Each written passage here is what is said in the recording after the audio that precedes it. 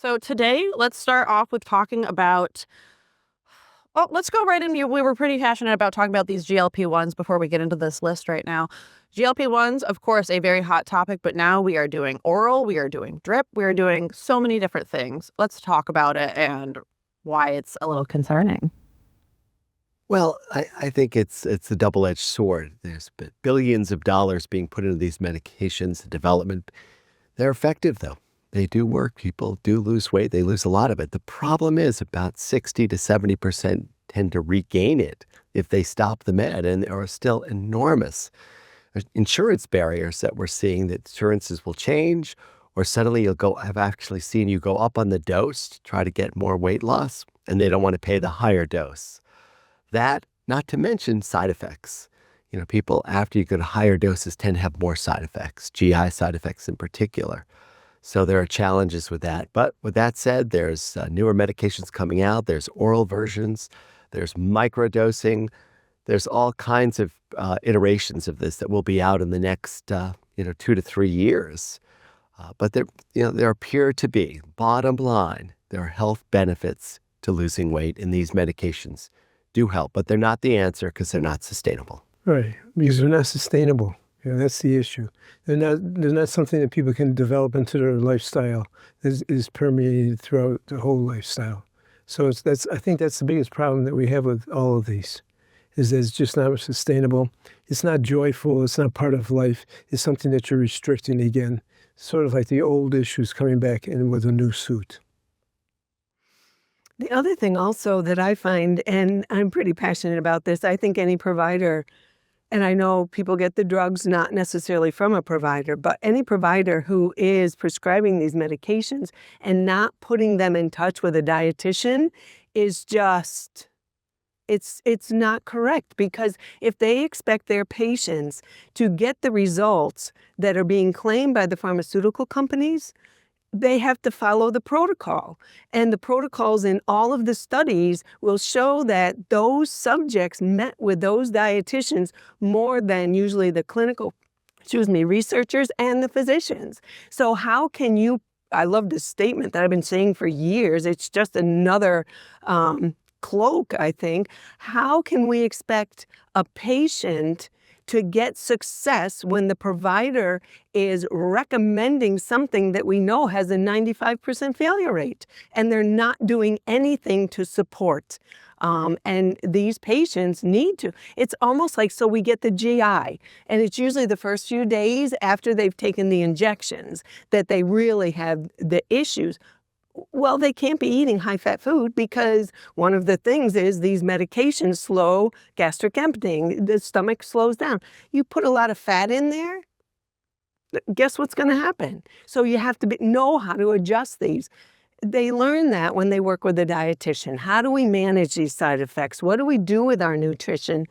And of course, everything else that goes into it. But I'm passionate that if a provider, I don't care if you're a physician, if you're a nurse practitioner, a PA, whatever, if you are providing these medications and not providing access to a dietitian, what are you doing? What are you doing to your patients? See, and the purpose for the pharmaceutical companies is to make money. There's never an intent for patients to come off the medication. Thus, why make that even part of the protocol? But Helen's absolutely precisely right. That's what actually needs to happen, and it just doesn't. And the problem is insurances aren't always as good about paying for things, but moreover, physicians, nurse practitioners, PAs aren't thinking of it at all. They give the medication, and the patients, unfortunately, also would like the easy way out many times. Just take the medication, not really modify your diet. I mean, your diet does get modified artificially. You simply eat a lot less, not nutritionally. I mean, there's even been data out there that restaurants have had to change menus. People are eating so much less now because when they go out, if you're on a GLP-1, you basically don't have much of an appetite. Which is technically great because in America, we do know that our portions are much larger than others. But let's say that somebody's watching this and they're maybe getting a little scared because they're on this medication right now and they're worried. What are the best steps moving forward? I'm already on this medication, or I'm thinking about going off of it. What should I be thinking about in terms of making that my results are more lasting, that I've already taken the step. Uh-oh, what GI issues should I be looking at? How can I manage it? How do I work on going to a dietitian? What are the things that I'm already on the medication and either I want to get off or I'm liking my results? What do I do moving forward? Because so many people are already on it and uh-oh, I'm on it. What do I do now? Reach out to your provider, physician, nurse practitioner, PA, and get a referral to a dietitian and start working on some healthy lifestyle things to eventually try to wean you off this medication. That is exactly what you do. Instead of just relying on the medication to artificially suppress your appetite, which is exactly what's happening. And all the benefits, let's be real, the benefits can be achieved with lifestyle change. It's just a lot harder. I mean, you're losing weight. Loss of weight reduces diabetes, hypertension, stroke, neurodegenerative diseases, and increases your longevity. And I think, too, sometimes people in this situation feel overwhelmed by it. So and not giving them direction means that it really has to be a major lifestyle change for them. And it doesn't have to be that way. You know, the first diet, I think the first diet book was written in 1585 by an Italian, Luigi Controno. And he recommended, and it was about, and the title of the book was Living a Long Life. He recommended 12 ounces of food and 14 ounces of wine every day. Very simple. And that was followed. Yes. But that was the beginning of the Mediterranean diet.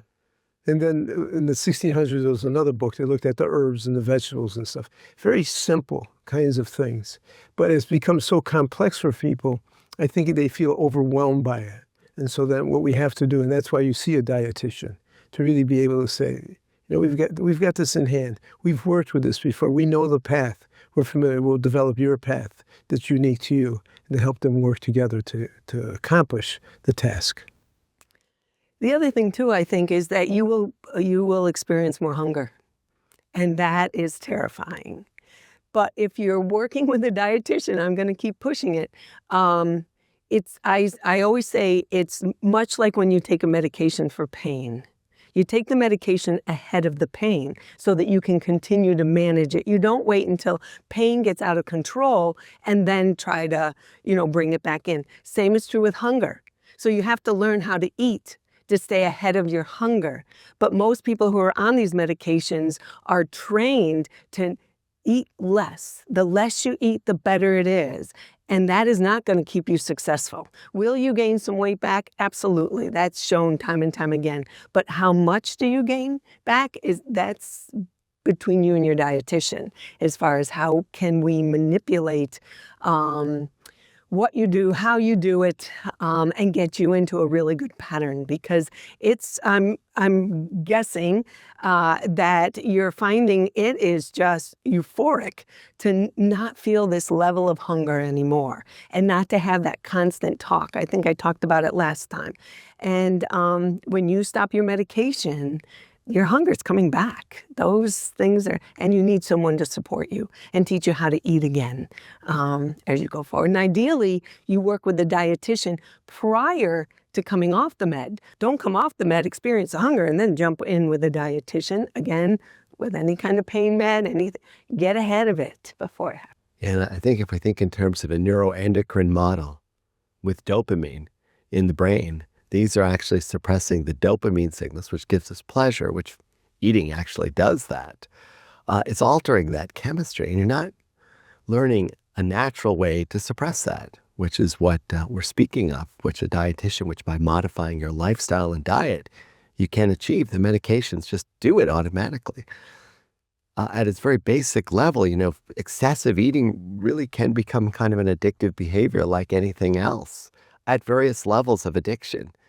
And we know the most successful way to treat with addiction is actually cognitive behavioral therapy, behavioral modification. So that's what we're talking about. So I want to go into, with dietitian, especially Helen, along with these GLP-1s being fed to people on the internet right now is also things like the Nourish app saying this is covered by an FSA, this is whatever, this is an app for that, it's like a built-in dietitian or whatever. How do you feel about those compared to just trying to go to a direct dietitian? Because I feel like everything is being online through an app, through this, but Is that a good thing? I don't want to say it's necessarily a bad thing, but I've heard good and bad for these apps because it also depends on back in the day when I think it was Nourish started that they were like, yeah, that's not good for people who don't have a good relationship with food.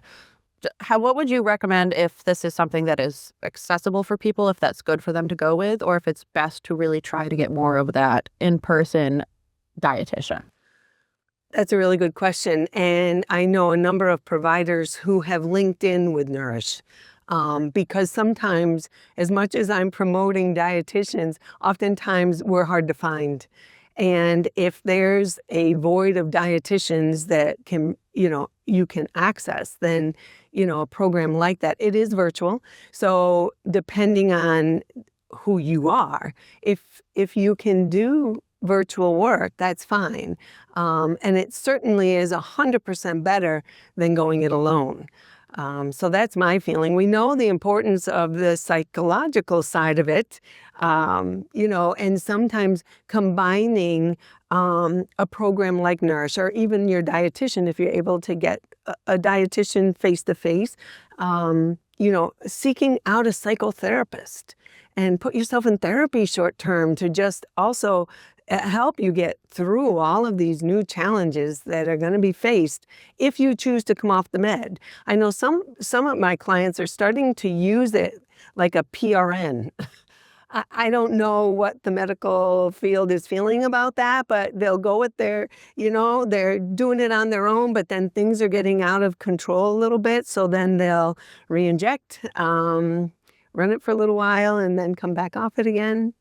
I don't know. Well, physiologically, it could lead to more yo-yo kind of thing, which we know isn't healthy, but it's hard. There's just been no studies to show. We really still lack long-term studies with these. They've been out up to a decade, but now in mass, maybe the past 4 or 5 years. So we don't know. We do know in the short term, less cardiovascular disease, less stroke, less hip surgery, less knees. There seem to be some benefits in that sense. So Something I did want to ask about is you said don't do a cold turkey. So I have a friend who actually just went cold turkey, but she has changed her diet, her lifestyle, everything like that. Do you know if there's anything that they should be aware of that I when we talked about it, I was like, I don't want to go cold turkey because I don't suggest cold turkeying any medication. But is there anything that maybe they should be aware of? Because something you guys keep talking about is GI issues and also the importance of having a therapist, having this. Is there anything they need to be looking out for or that you would recommend if you are dead set on going cold turkey for financial reasons, for physical reasons, anything like that? Should they really be focusing on having a dietitian paired with a therapist, talking to their primary? Anything that you would really recommend? Because there is a lot of people that also financially are like, I can't do this anymore at all. well, I think hopefully when you're on the medication, as Helen has alluded to, you've started the process of working on some lifestyle changes. I think the other thing, and Helen's talked, the whole gut flora absolutely changes when you've modified your diet substantially. And gut flora is most of our immune system is actually in our gut, believe it or not. And when you alter that, you actually could potentially make yourself more susceptible to certain infections. And I think once we stop these medications, you start eating lots of other foods, many unhealthy foods or whatever, you've also altered that as well. So I guess my answer would be hopefully before that happens, you have a dietitian and you've met with them after. Because after, you're starting at first base again. You're gone all the way back and you have to build those lifestyle changes in to make it work. It's I think, much more challenging than if you started without the medication and with a dietitian with a lifestyle change than when you've actually started to go all the way here, come all the way back. That's what I'm thinking. Yeah, I was going to say, I think a key to all of this is the quality of relationship that the individual has with their provider. And we forget about that. I think that how important that is. So we have to look at people's cognitive style. Some people will want to be on their own, as they see it on their own. Other people like to interact in person or online. And that's an important factor. So when a person is thinking about what type of intervention they need, they should think about the best way they learn. Because part of this is relearning old habits. Wonderful. And then something I just wanted to clear up too, because I obviously this is a medical podcast, but some people might be coming from this from any angle. When you said psychotherapist, there's different forms of therapist. Is that a regular therapist? Is that a different format of therapy that they'd have to be looking into? Because I know I have a therapist, but then I also have a psychologist. Is which one should they be looking at in terms of, are we looking at psychology? Are we looking at just regular therapy that you would go to talk with? Is it somebody that has to be able to prescribe you things? Just to kind of really clarify. I think it depends on a number of factors. One of those is what the person is most comfortable with, also what they need. I mean, as Rich mentioned, rational emotive therapy is a very primary one that we use with this situation. Key to it is their background. Are they a generalist or are they specializing in this area? And that's very, very important. So the difference between a psychologist and a clinical social worker, you look at the backgrounds to see that. If it's for medication, then you need a psychiatrist. But that's where you would have your medical doctor. Okay, perfect. Just because I know there is a lot of confusion out there that between all these different medications, which doctor do I need, which primary, which this, which that. And just I like to try to clear that up because some people are afraid to ask these questions too of, these are all doctors. Who am I supposed to be talking to? What do I talk to? And it's just we want to make people feel comfortable with that. And I really love when you talk about making sure you're comfortable with your primary, because not everybody is comfortable with their primary, and it's important to have that relationship. I think we also have to realize that online now you can get these medications. You can get them in health spas. You never see the prescriber. That's not good. If you're going to try these medications, you ought to get it from at least a licensed physician, NP, PA, someone that you'll have some relationship with, because there are side effects and you want to be able to talk. There's just more to it than just getting the medication, but it's out there. It's on the black market. People are using all kinds of combinations to which they're getting part of a GLP-1 and something else, vitamin B12 or something. But I would not recommend, if you wish to try these medications, that that's the way to do it. You should do it with a provider. And to make sure that you're not afraid to ask provider questions, right? Because something I've even heard from friends that are taking them, that they're like, yeah, my doctor gave it to me, gave me no instruction, did not recommend a nutritionist, that one of my friends, she's like, I'm up a river without a paddle. She's like, yeah, I've lost weight, but I know nothing about what's happening. And I'm like, that's terrifying. And she's getting it from her provider. She didn't go on an app. She didn't do anything. She got it right from the doctor. Yeah. Well, what we're also finding, though, for diabetes, this has completely upended the stepwise approach we used to go with diabetes, like metformin first. We're jumping right to GLP-1s, but you know why? They're that much more effective for people who are diabetic. And we now know that most type 2 diabetes is because you're overweight most of the time. What's personally frustrating to me is we know it doesn't work. Since diets have been, and look at the 1950s when they started really prominent in the United States and around the world. And as they increased, our weight went up. So we know that restriction does not work. We know what does work: assistance, regulation, and those kinds of things. And here we have these medications that really can be very helpful to people, and we're promoting them the same way that we used to promote before. Even the federal government saying, this year we're going to lose 136 billion pounds or million pounds. What's that about? It's not about poundage. It's about health. And we forget that. And so when someone says, I'm going to do this on my own, that'd be like having surgery on your own. It's not the way to do it. And they need to be told it's not the way to be done. There's a better way, and we know that way. I love that. I love that so much, just because, as I've told you guys before, I've had my own health struggles, and always being told, oh, you should weigh 150 pounds, whatever. I am 5'10" and very built. I weigh 185 pounds, and I had a doctor tell me, he's like, you're overweight. And I was like, where? I was like, I'm pretty much like mostly muscle. And he's like, well, you should lose weight. And I'm like, I don't think I should. So I love that you say that, because I think numbers are such a heavy factor today that everyone's worried that, oh, I need to do this, I need to do that. It's the health that we need to be focusing on. And circling into that is, if people are working on these medications, whatever, let's talk about how your book is beneficial for that, because you guys talk about lifestyle change in this book. You talk about working with doctors, just how it would be beneficial to be reading this book along with this journey. Mm-hmm.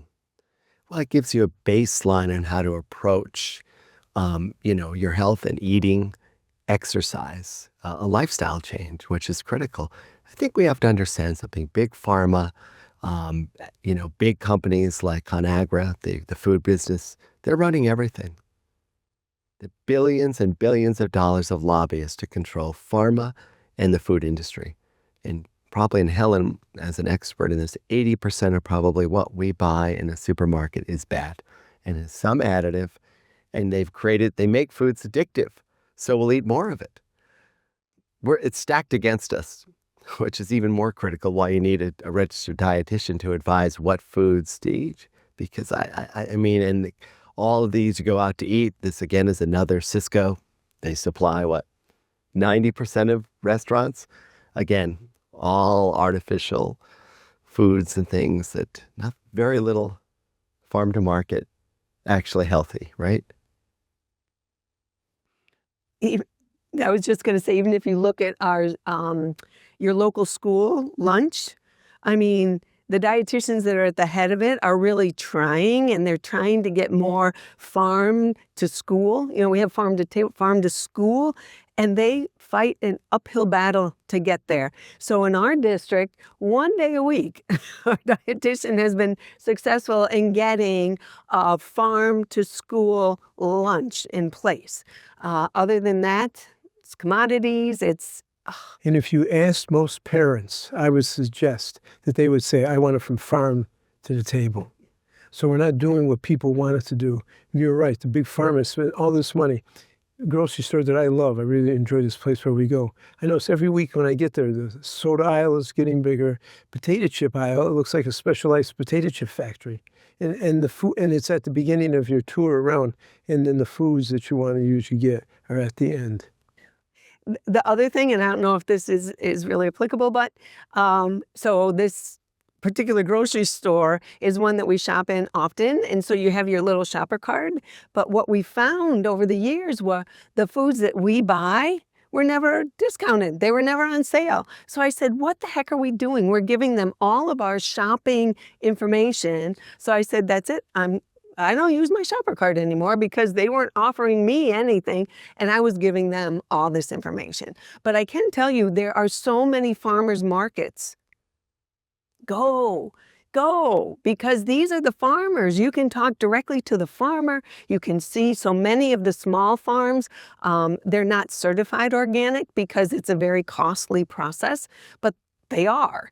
You can even go to their farms locally, see how their animals are raised, see, what kind of meats that you're purchasing, And a good amount of farmers will tell you that organic in the grocery store is just BS because they're just slapping a sticker on it for the most part, that some of it is real, but I've talked to a couple local farmers and they're like, it is literally a difference of barely anything to put an organic sticker on it to what I also have in my field right next to my organic stuff. So it's just, I love that, especially as we're getting into spring, summer here, that this is the height of farmers markets, right? And then freeze your stuff, so that come February, March, you're still pulling things. I'm still pulling, fresh blueberries out of my freezer. Are they kind of mushy? Well, yeah. Can you put them in a smoothie or something like that? Absolutely. And they're still wonderful. So as we're talking about these kind of things, let's talk about how this can really affect our gut health and inflammation, because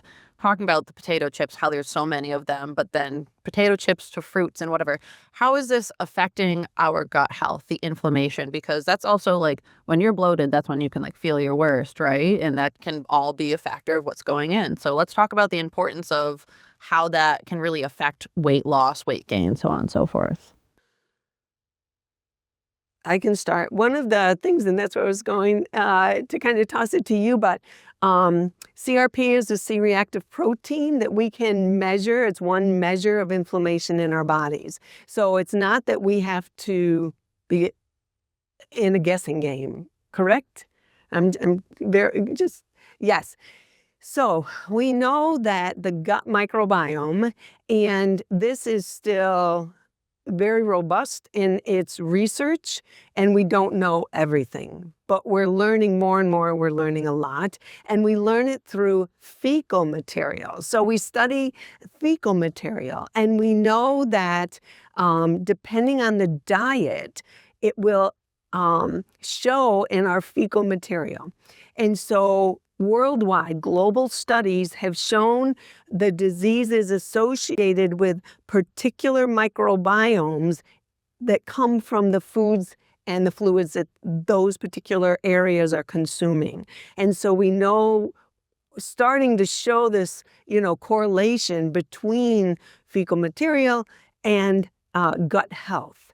We also know, and I've said this before, one of the number one treatments, I believe it still is, for C. diff, which is one of the resistive infections that people get from is fecal transplants. So there's people that have been identified based on diet and lifestyle, and they will actually give their fecal material, and then it's transplanted into someone with C. diff, and it usually helps clear them depending on what else is going on.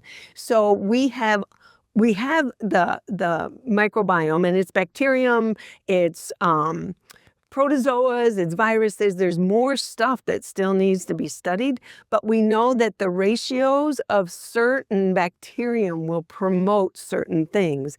And we know now that if you eat a highly processed diet, a high sugar diet, certain bacteria flourish on that. And we know that that is also associated, oh my gosh, not only with inflammation, anxiety, aggression, things like that. So when you pull that diet back and change those ratios, that's when you really start to see some really good. And within 24 hours of a modification of your diet, you can change the gut microbiome. Helen's precisely right. With a healthy diet, you can change all of that. Absolutely. So certain foods in particular, sourdough, anything fermented, yogurts, things are very healthy for your gut, but most of us probably don't eat enough of that. There's such a lack of education about this in this fast-paced world where we're just quickly getting a meal. No one's even thinking about any of this, and it's prepackaged things. And now, despite everything, we're still at this obesity epidemic where 75% of the population's either overweight or obese. Very little, no diet has made any substantial impact, lasting impact at all. Our program can and has. And so that's something that we really like to focus into here, is talking about how diets, no matter how many you've tried, how many you do, that they have a success, but then once you go off of it, that's where the problem lies, right? So something that you guys really focus in Tomorrow's Way is talking about those lifestyle changes, those dietary things, how much that can really make a difference, but it's not something that you just have to shotgun do right away, right? And that's where I really want to kind of take this focus into, is how just aiming if you just cold turkey, shotgun, whatever, that's where you are going to lead into most likely not being successful, right? That if you just try to do things fast. But your book is talking towards doing it progressively, making these changes. Why is that so important to not try to just do it all at once, to lead yourself into these successful habits? And that's where you'll see your success. Why is that? Well, if you look at it from a motivational point of view, you have to be focused in on certain particular things. If you a shotgun approach, really there's no parameters, there's no goal in mind. And so really you take one of those things at a time, but then you can buddy them up with other changes and change one thing at a time so that you're successful. Part of this is, I think a lot of people in this situation don't feel successful. They haven't had success, and so it really impacts them in so many ways. Once you start overcoming, you start movement. You say, well, I don't do any movement. Well, you walk around the block. Walk around the block once a day. Then you break it to 2 days, and 3 days, and build up slowly. And you're working with someone who's like your coach, saying, you're going to fall off the scale, but it's okay. You can keep on going. You make that successful feeling, then they can move into other things that they make successes with. That's so important. That's why that relationship is key. That therapeutic relationship is key to success. And again, we know that. That's been studied over and over again. And habits take up to 16 weeks to get new habits. So gradually starting this process is where you can't do it all at once. I mean, when you're losing 5 or 10 pounds in a week, that means you'll gain 5 or 10 pounds another week. But if you're losing 1 or 2, as our book recommends, by the end of a year, you've lost a fair amount of weight and you've changed your lifestyle substantially. And that's what's the key. And that's, again, what we're promoting. And each chapter kind of gives you a different, moves you closer towards that goal of modifying your lifestyle, which is critical. Not a shotgun approach. It's a slow approach. And something I always like to circle back to here is also talking about when you're doing these approaches is working with your therapist, your primary, because everybody's body is different and also what we're intaking is different too. So like it was impactful for me with this book that finding out one of the medications I was on over a year ago was holding me up from losing weight, that I tried everything under the sun and I was like, what the heck? But that's why it's important to have this care team, because it might not be you. It might be something internal, correct? I think the other thing too that's significant in the Tomorrow's Way book is one of the things that is missing is the education. And what this book does, it actually has two parts to it. And the first part really keys in on the education. And then the second part goes into modules. So now you can take this education in step by step, as opposed to cold turkey, step by step. Take that education and implement it and make the changes that you need to. And as Fran said, then buddy them up. It's almost like people are stacking credentials now. It's the same type of thing. Take your knowledge, use the modules and stack them so that by the time you're done, you've changed your overall culture as best you can. So I make sure nobody had anything to add. All right, perfect. I do want to ask this question because it is a hot topic today. Are food sensitivity tests legit, or are they mainly marketing?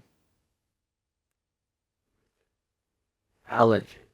This says food sensitivity tests. So I think there's food allergy tests that we find out if we're allergic to them or not. But there's a big conversation of, oh, am I sensitive to gluten? Am I sensitive to dairy? And there's a lot on the market right now that are take and give us your saliva and we'll tell you what foods you're going to be sensitive to. Is there any relativity to that? Or if you're really worried about allergy and how it affects you, do you need to be going and getting blood tests done and or seeing an actual physician? Stool tests in some cases. The answer is no. I would not believe any of those things online. You should see a qualified provider, physician preferably, to make a diagnosis of celiac. With that, there's various variations of insensitivity, and sometimes dietary modification can play. But I would never just do it online like that. No, it's just a marketing ploy.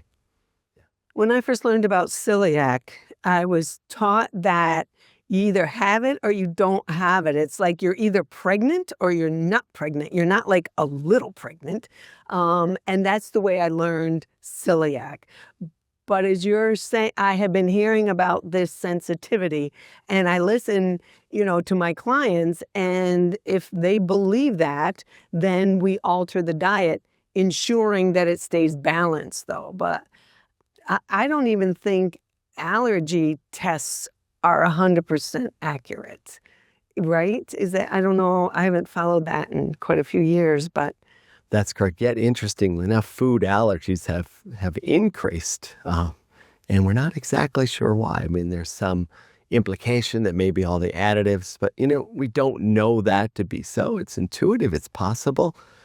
But certainly food allergies are very, very rare, but very, very serious. But not probably nearly as common as it's being promoted online that you're allergic to this.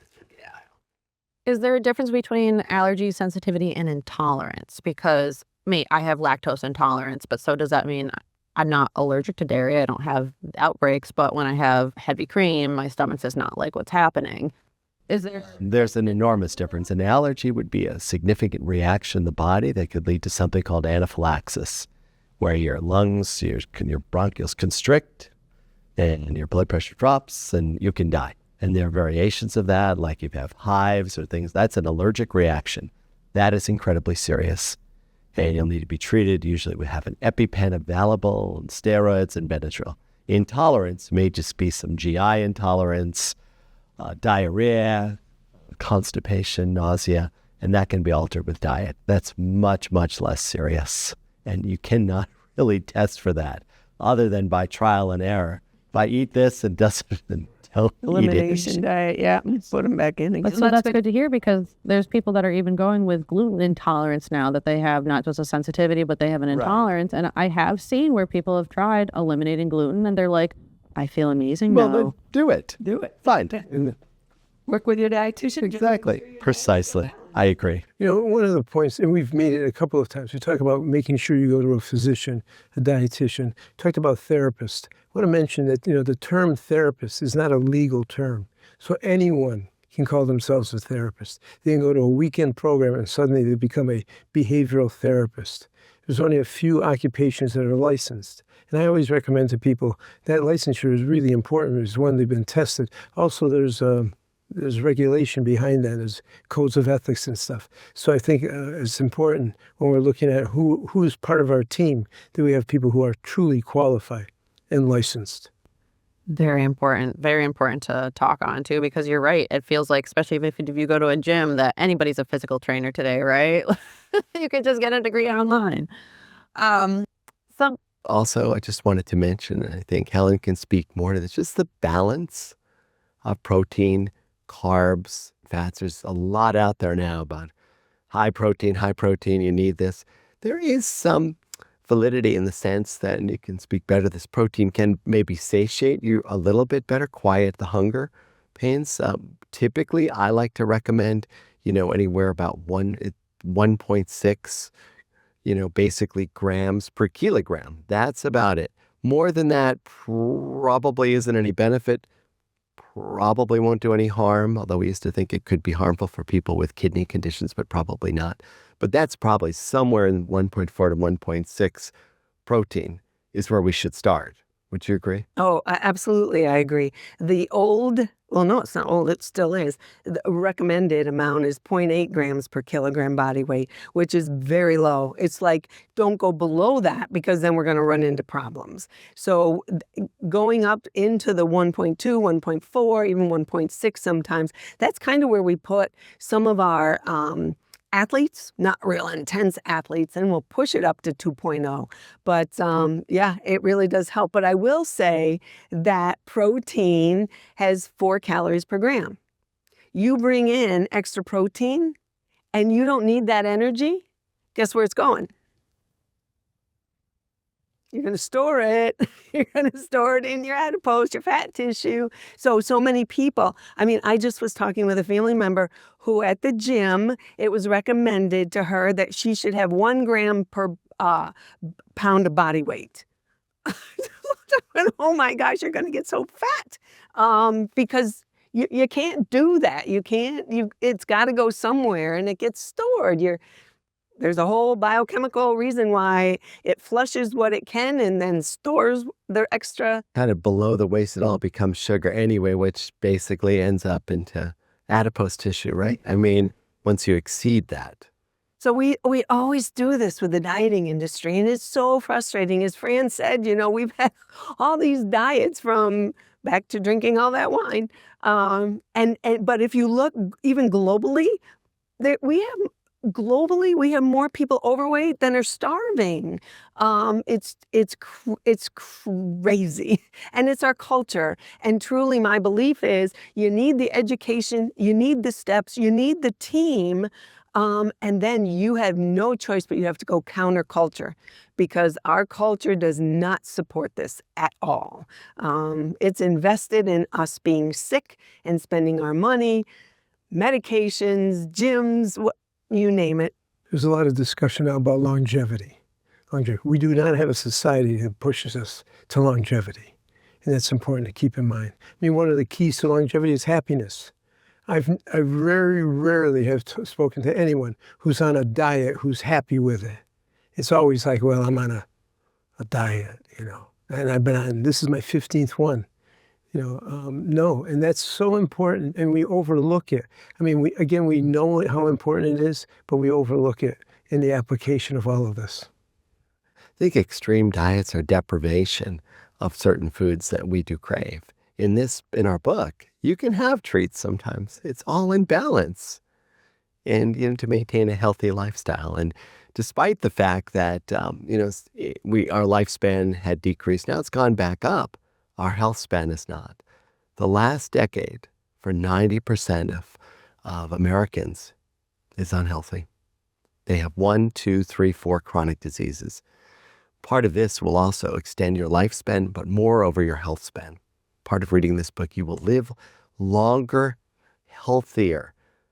So maybe the day you die, you're actually healthy instead of with a chronic disease of some sort. Because everything we recommend reduces heart disease, the number 1 killer, reduces cancer, the number 2 killer. Because a healthy diet plays a role in all of those things. Way more than any of us possibly can think of. How do you all feel how social media has impacted today's diet culture and eating trends? Negative, positive? Any thoughts or feelings among? I'm going to go now with negative, and it's almost like we've jumped back 20 years, Helen, now with a push on anorexic models again. We have regressed. We have completely regressed. It's terrible. The kind of image that we portray, particularly, I think again, it's always the young females most vulnerable to this. But now they pushed it all back again to what we should look like. Kind of like the stick figures, like Love Story with JFK Jr. and that what you have to look like, these incredibly thin people. Heroin chic, I believe is the term. Right. Heroin chic. Heroin chic. That was like Kate Moss, right? And Carolyn Bessette. Not healthy. It's terrible what's happened. We're not meant to see our collarbones and our rib cages and whatnot, right? I mean, everybody's body composition is, of course, different, but the new trend, again, that's very painful for me to see resurgence, is skinny talk with TikTok. It's skinny talk that you need to be this big and you need to only weigh 120. So welcome back to the anorexia, bulimia, right back there. But except now they'll have GLP-1s, which they can get in the black market, and we'd... The social media today is just an extension of the weight loss TV shows we had 10 years ago. That, again, study after study showed they didn't do any good. They were very detrimental to the general population and to the people who participated. And once again, it happens. The first social influencer for body image was Lord Byron back in the 1800s. He tried to talk about how he was known as having the perfect body, very slim. And he's the one who came up with the idea of drinking vinegar to make you healthy. In fact, there are people who even died from all the vinegar that they drank. So this is not new, but it's the next progression. The next progression that can be monetized. And I think that's the important piece, the monetization of our health, which becomes very unhealthy. Yeah. What do you think, though, fundamentally, though, as we think back to the 1970s, 1980s, there's also been a societal change, 1990s even, that's affected with lifestyle, and that we're, in fact, much less active. We're much less active. Children are much less active. Adults are much less active. And I've got to think social media has played a role, but cell phones and all of that. We're just not doing any of that physical activity. Do you feel like the pandemic had any influence on this as well? Because I've seen a lot of people talk about how they no longer... they've lost their social norms. They've lost their want to go out and exercise and do what they used to do since the pandemic. It made it worse. When an obesity epidemic and a pandemic collide, of course, it makes it worse. But come on now. We're 5 years out of the pandemic. Trying to start. We can no longer blame COVID for everything, I think. No. Baby fat, but my kid is 16 now, I think there are some countries like Australia now that are limiting social media and to a certain age, because it's early on that we develop these bad habits of simply not being active, not getting outside, not going for a walk. You'll spend a half hour instead doom scrolling, which at least today that's what it seems to be. We just were traveling. And we experienced something I've never seen before at the airport. Before we got on board, there were about 15 or 16 wheelchairs. And I was like, and again, I'm not judging, but it wasn't like a large group of people and stuff. People choosing, and I understand sometimes, people choosing to be carried there rather than, walking. Even in the airport where they have the conveyor belt walkways. I know they want to get people through. We can't talk about today with TSA. But the point being, more and more we think we're moving towards progress. That's impacting our lifestyle. That's impacting our life. That's impacting our health and our longevity. But friend, I bet all of those people have chronic diseases, heart disease, COPD, arthritis, where actually walking 20 feet is painful, is difficult. It's terrible. So again, it comes back to the choices that we're offering people. And then the choices that they made decades before that lead to the marginal decade where everything just starts to break down. What you do now, whatever age you are, matters for what will happen when you're 60, 70, 80, 90, hopefully. Yeah. Another thing, too, I think, is back in the 1960s, the average person walked about 18,000 steps. Come forward. But think about our culture and lifestyle in the 1960s. If a household had a car, they had one. And the breadwinner had it. Everybody else, we walked or biked. But our communities were on grids. We had sidewalks. Our schools were there. Our churches, our stores. So we could get there. And then we went into urban sprawl. And so everything got built out with absolutely no sidewalks. You have to drive to get somewhere. So then the recommendations, although they've gone back to them, but when they first came out, there really was no research behind them. But they slapped this 10,000 steps a day. And people are like, oh my heavens. To this day, it's like, oh my heavens, to get 10,000 steps in. But that was not that long ago in the 1960s and 70s when everybody was still on foot. There wasn't the social media. One of my graduate students did a project. This was Instagram, and this was probably 10 years ago. And she was looking at how women's perception of body image changed when they were constantly on Instagram, and it was a negative, as you both alluded to. Oh, it's so hard. It's just so hard. Everything's stacked against us. But I think one message could be, what can you do tomorrow to start your journey to a healthier lifestyle to lose weight?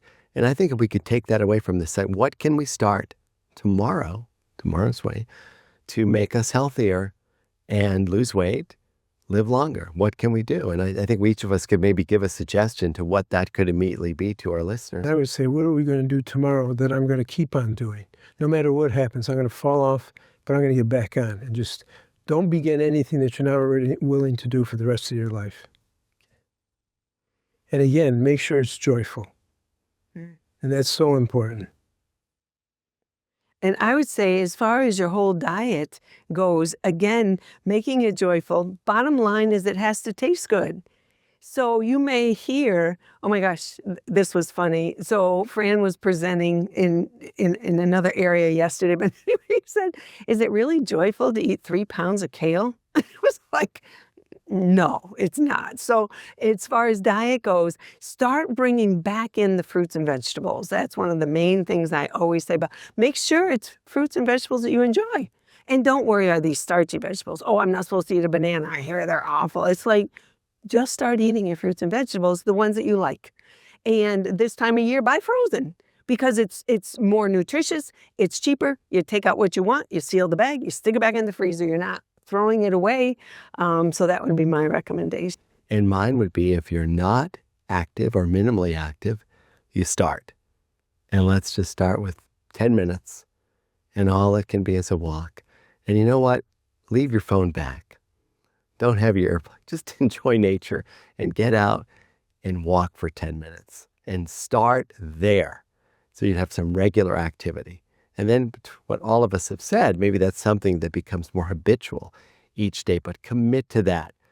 I'm taking 10 minutes. I'm going out and walk. And if you already exercise 20 minutes, maybe, so I'm going to try to go to 30 minutes a day and start with that. I think those would be some quick things that one could do tomorrow to begin their journey towards better health. And Can I add one more?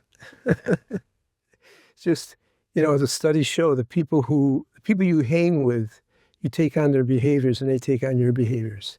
So, look to people who inspire you, who are on your same team, who have a similar look as far as their health. Because you're going to take from them, they're going to take from you. And how important that is. I mean, we know from the Blue Zone research and all kinds of research that people coming together, how important that is. And in cultures where they come together like that in groupings around different things, how important that is.